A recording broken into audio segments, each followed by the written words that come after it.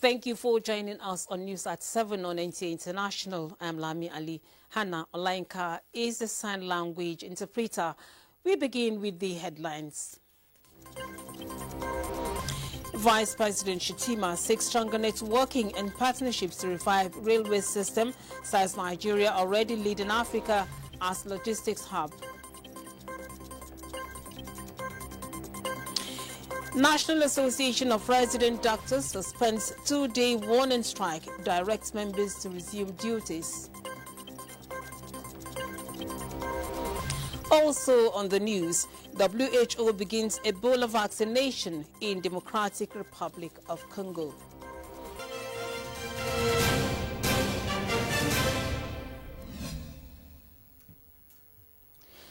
President Bola Tinubu has concluded his work vacation ahead of schedule and will return to Abuja on Tuesday, September 16, 2025 to resume official duties.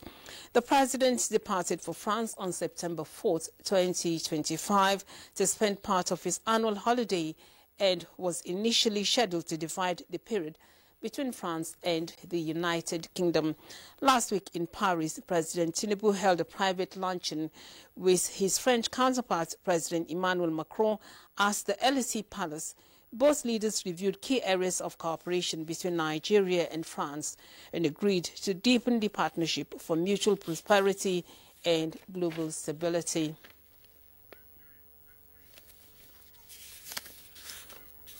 Vice President, the only way Nigeria can maintain its lead as the logistics hub of Africa is to revive the nation's railway services through strong networking, partnerships and collaboration among stakeholders.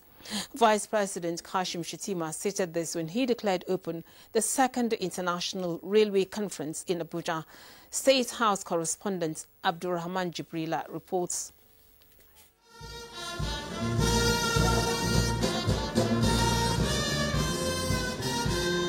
The second International Railway Conference bringing stakeholders from across Africa and beyond with the theme Opportunities and Challenges in the Railway Development in Africa, re-strategizing to accelerate progress in the industry.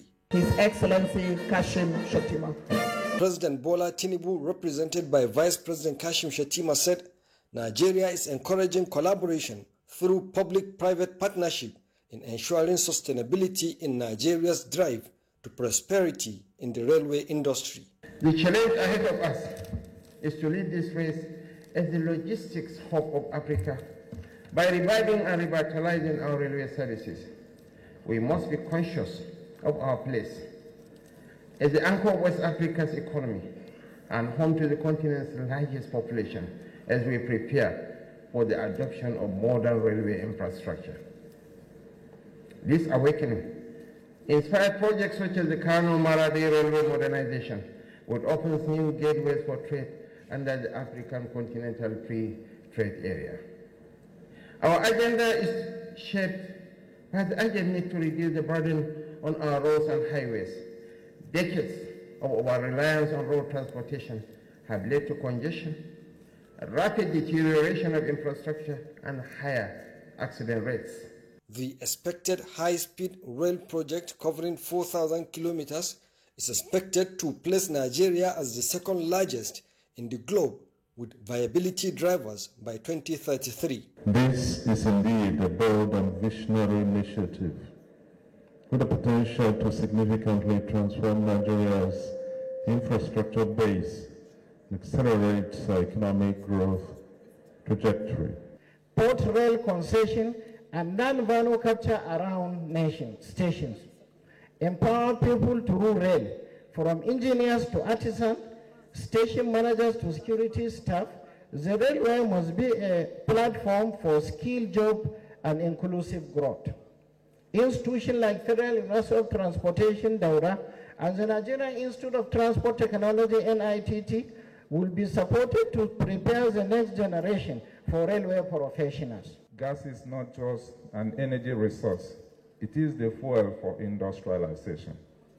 It powers manufacturing, fertilizer production, petrochemical, power generation, and clean cooking.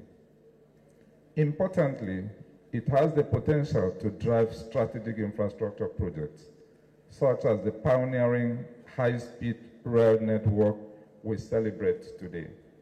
Nigeria is expanding the railway tracks to connect communities, aimed at fostering inclusive development and reducing road congestion and crashes. In Abuja, Rahman Jibrila, NTA News. Nigeria's First Lady Oluremi Tinubu says the Renewed Hope agenda will continue to support families to promote strong moral values and contribute to peace and national security. The First Lady was speaking at the Armed Forces Command and Staff College, Jaji, during a national security training exercise codenamed Exercise Haskebu. Muhammad Umar Ajingi reports. She was received with full military honors, then dances of joy as the First Lady Oluremi Tinubu, represented by the wife of the Vice President, made her way into the event hall where these senior security officers had gathered to discuss security issues with the team, family and national security. The Renewed Hope agenda of His Excellency President Bola Ahmed Tinubu GCFR is committed to supporting the welfare of families through various economic reforms and social interventions. Kaduna State, being a garrison state and a hub of military institutions, understands firsthand the importance of strong civil-military relations. That anybody who has found himself in a position of leadership must fulfill. You must keep the Nigerian promise. There are 7 pieces. The President is committed to unveiling the National Value Charter during the independence celebration. The gathering seeks to address security challenges through both kinetic and non-kinetic approaches. This year, we have expanded the scope and the scale of the exercise to make it a whole-of-nation problem-solving vehicle. Effective control of dangerous drugs, NDLEA to be strengthened, must be strengthened, and also work closely with communities. Is to enable us bring in the family in the issue of national security. The family, as we all know, is the bedrock of every society. This multi-agency security training tag operation Haskebu brings together journalists, peace advocates, and various security operatives here. In Kaduna, I am Muhammad Umar Ajingi, NTA News. Now, Vice President Kashim Shettima says Nigeria's doors are open to investments and collaboration across diverse sectors as President Tinubu remains determined to transform the state of the nation's economy for the better. He stated this when he received a delegation from Visa led by the regional president for Central and Eastern Europe, Middle East and Africa, Tariq Mahmoud, on a courtesy visit to the presidential villa. Abuja State House correspondent Abdurrahman Jibrila reports. Thank you so much for making the time. The meeting with Visa company, Vice President Kashim Shettima commended the cooperation for its growing interest in the Nigerian economy, particularly partnership with indigenous companies, and urged the company to leverage Nigeria's huge unbanked population in an expansion drive across Africa. He said digital payment systems are the future of commercial transactions across Africa, highlighting its potential for entrenching transparency and checkmating corruption. Our doors are open for collaboration with Visa. In spite of advances we have made in digital economy, out of the 10 unicorns in Africa. So I believe we can partner with you to develop some accessible digital payment solutions that can address the huge chunk of our population that are underbanked and underserved. The Visa regional president praised the Tinubu administration bold economic reforms, linking it to the recent growth experienced across diverse sectors of the economy. Well, Nigeria is a huge population. Yeah, it's a great population. It's a dynamic population, a lot of entrepreneurial activity. And of course, you cannot, this is the heartbeat of this region. So you cannot do business in this region without looking at doing business in Nigeria. And the more welcoming and stable the environment is, the more ability to bring capital in, but also take capital out, the more business Nigeria will see. The company announced plans to increase its stake in the Nigerian economy and participate actively in programs that impact directly on the lives and livelihoods across different sectors. From the State House, Abraham Jibrila, NTA News.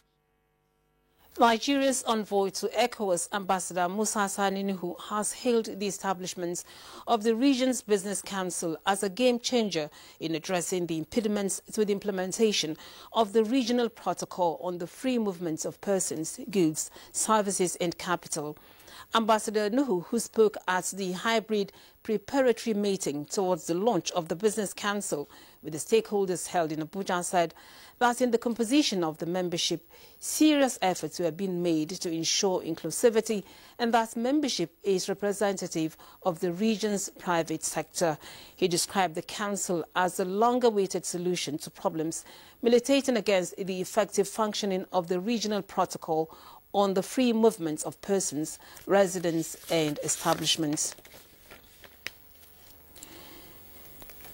Minister of Foreign Affairs Yusuf Tuga has stressed the need for a significant renewal of Nigeria's foreign policy to strengthen the nation's position in a rapidly changing world. The minister warned that Nigeria must avoid being pressured into aligning with major power blocs. Garba Nata'ala reports. The Minister of Foreign Affairs, Yusuf Tuga, was speaking as a guest lecturer at the Nigerian Institute of International Affairs, NIIA, in Lagos, with the theme, Navigating Realities, Aligning Nigeria's Foreign Policy with Emerging Global Dynamics. Yusuf Tuga outlined the challenges reshaping the world order, from climate change, artificial intelligence, to transitional terrorism and shifting global power structures. Tuga cautioned that major powers are exerting immense pressure on Nigeria to choose sides in this emerging multipolar world, but he recalled how Nigeria, with intellectual support from the NIIA, successfully resisted similar pressures during the Cold War by pursuing a policy of non-alignment. He stated, Nigeria's foreign policy was always being guided by moral precepts and ethical conditions. Tuga explained that President Tinubu's administration's foreign policy agenda is built on 4 pillars: democracy, demography, development, and diaspora. The goal is to pursue issue-based partnerships rather than entangling alliances. In a statement, the minister asserted that Africa must define democracy based on its own history and traditions, and hints that this has led to the creation of the Regional Partnership for Democracy with the UNDP to strengthen institutions and promote regional cooperation. The minister stressed that for a nation of Nigeria's size and potential, strategic autonomy is essential to shape rather than be shaped by the emerging global order. In Abuja, Garba Muhammad Atala, NTA News. Now, the World Trade Organization, WTO, has adopted its agreements on fisheries subsidies, which helps to protect the world's fish stocks and the livelihoods of hundreds of millions of people who depend on fisheries for food, income and employment.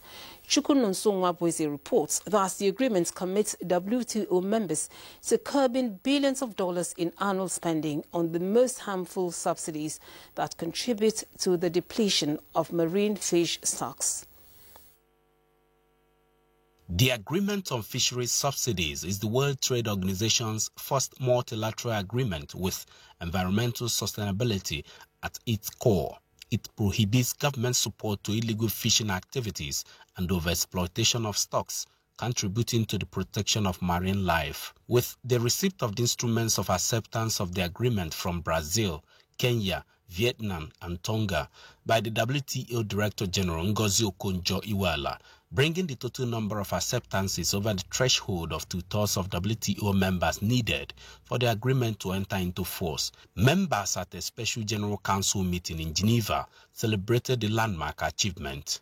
In her address, Okonjo-Iweala said, at a time when the international trading system faces profound challenges, the agreement sends a powerful signal that WTO members can work together in a spirit of cooperation and share responsibility to deliver solutions to global challenges.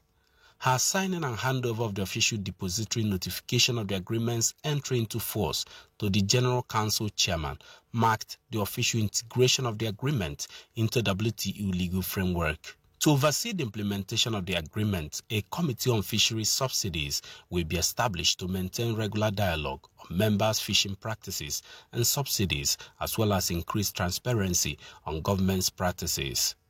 Nigeria had on the 12th of June 2023 submitted her instrument of acceptance of the agreement, demonstrating strong commitment to multilateralism in global maritime governance. Chukwuna Nsonwabweze, NTN News. Vaccination on Ebola has commenced in the Democratic Republic of Congo. Details on this and more after the break. The World Health Organization has launched an emergency vaccination campaign in the Democratic Republic of Congo following the country's first Ebola outbreak in 3 years, and United Nations calls for more aid for survivors of Afghanistan's earthquake. Francis Udojo has details on these and other stories. Frontline health workers and contacts of infected individuals are being vaccinated in Kasai province of the DRC, where the outbreak was declared earlier this month. An initial 400 doses of the Evabo vaccine have already been delivered to Bulap, the epicenter of the outbreak, with another 45,000 doses on the way. So far, authorities have recorded 32 suspected cases, including 20 confirmed and 16 deaths. WHO officials warn the outbreak could spread further after a case was detected 70 kilometers from Bulap, raising concerns of possible cross-border transmission to Angola. Health experts say urgent action is critical, but they caution that reduced international support could make containment efforts more difficult. Meanwhile, UN officials have called for more aid for survivors of Afghanistan's earthquake, 2 weeks after a devastating earthquake which killed more than 2,200 people in the country's Kuna province. UN agencies have stepped up relief efforts. Food supplies and medical assistance are now being distributed to survivors struggling to rebuild their lives. Official of the United Nations Assistance Mission in Afghanistan, UNAMA, appealed to world leaders to send additional aid, noting that a lot of assistance came, but still, needs are immense and urgent. We are approaching winter. Winter is very soon, it's mountainous place, it will be very cold very soon.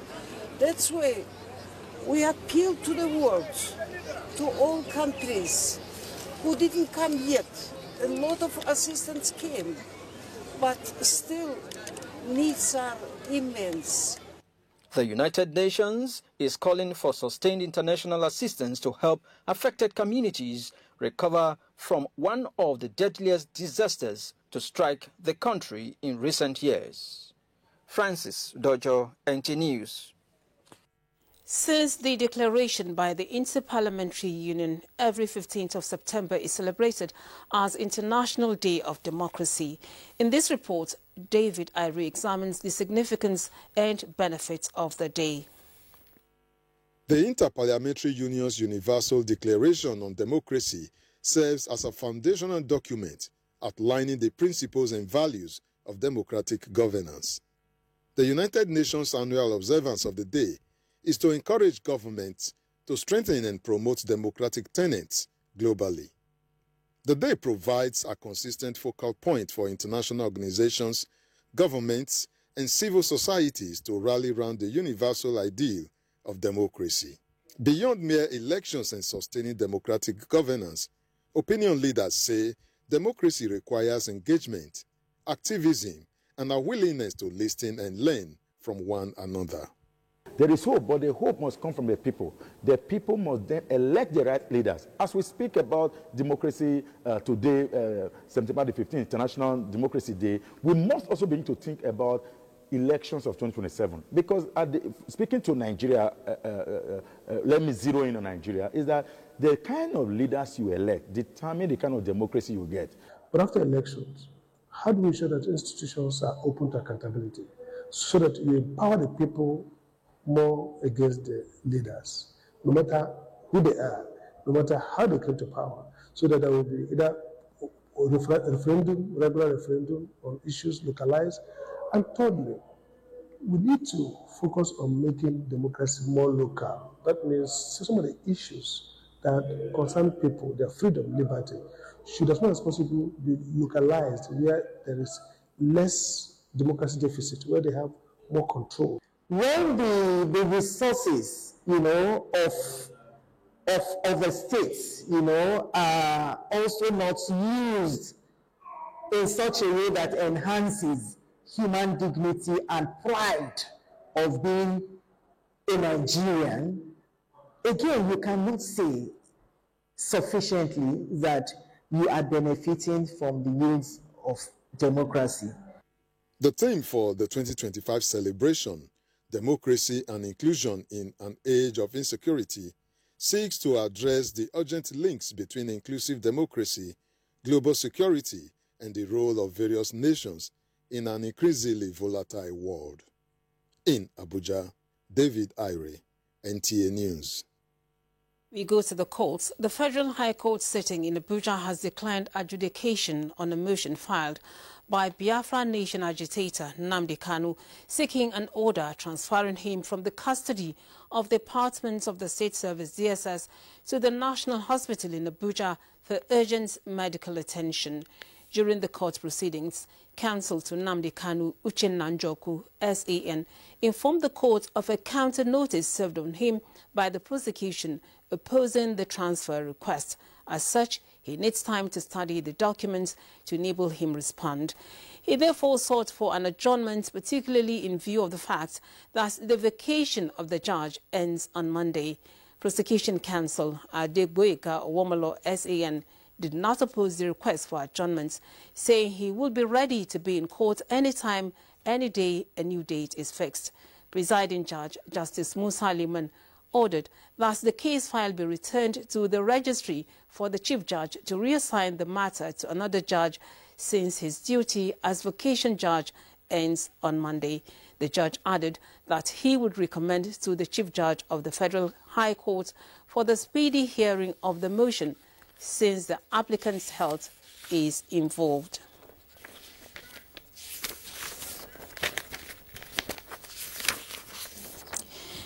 For the first time after 71 years, the Federal Civil Service Commission has unveiled a draft of 5-year strategic plan, now undergoing validation in Abuja.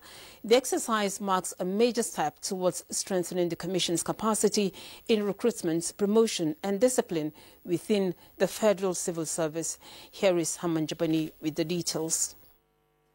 The validation session brought together government officials, development partners, and stakeholders in the public sector reforms to review and fine-tune the draft plan covering the period 2026 to 2030. In her message to the gathering, head of the Civil Service of the Federation, DDS Walsh Jack, described the exercise as historic and a turning point in the Commission's institutional development, while stressing that aligning the Commission's strategic plan with the broader Federal Civil Service strategic and implementation plan will ensure synergy in driving efficiency, accountability and service delivery across ministries, departments and agencies.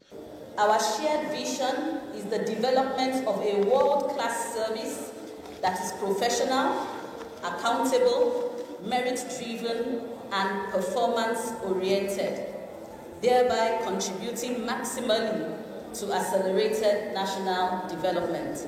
For the Federal Civil Service Commission, the validation exercise is crucial as it provides an opportunity to critically assess goals, strategies and implementation framework. We want to be sure that we are on the same page.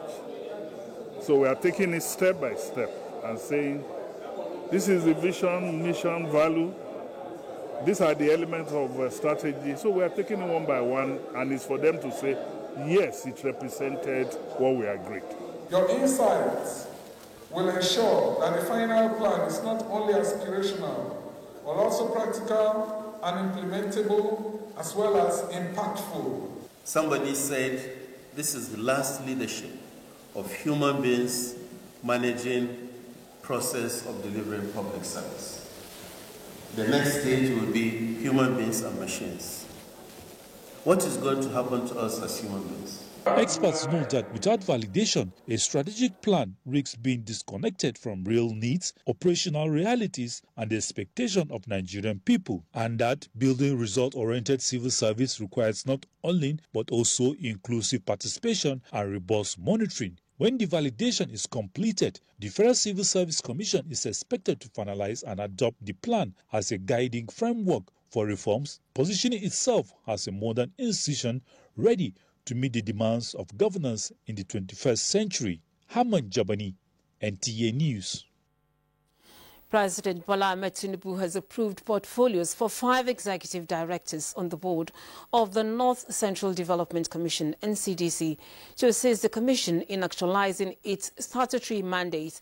The 5 appointees and their assigned roles are Hajia Bilikis Jumoke Sani, Executive Director, Administration and Human Resources; Aisha Rufai Ibrahim, Executive Director, Commercial and Industrial Development; James Abel Uloko, Executive Director, Corporate Services; Professor Muhammad Bashar, Executive Director, Finance; and Princess Atika Ajana, Executive Director, Projects.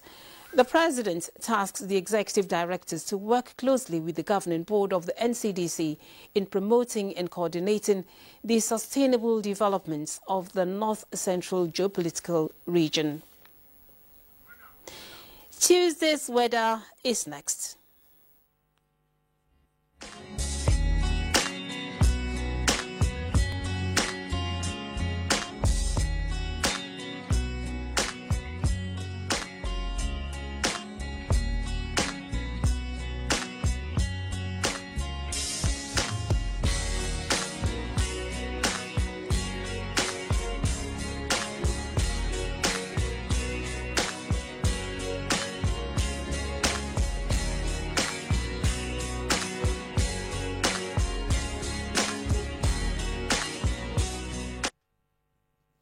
And that's the news at this time on NTA International. Hannah Olainka has been the sign language interpreter, and I am Lami Ali. Do have a good evening.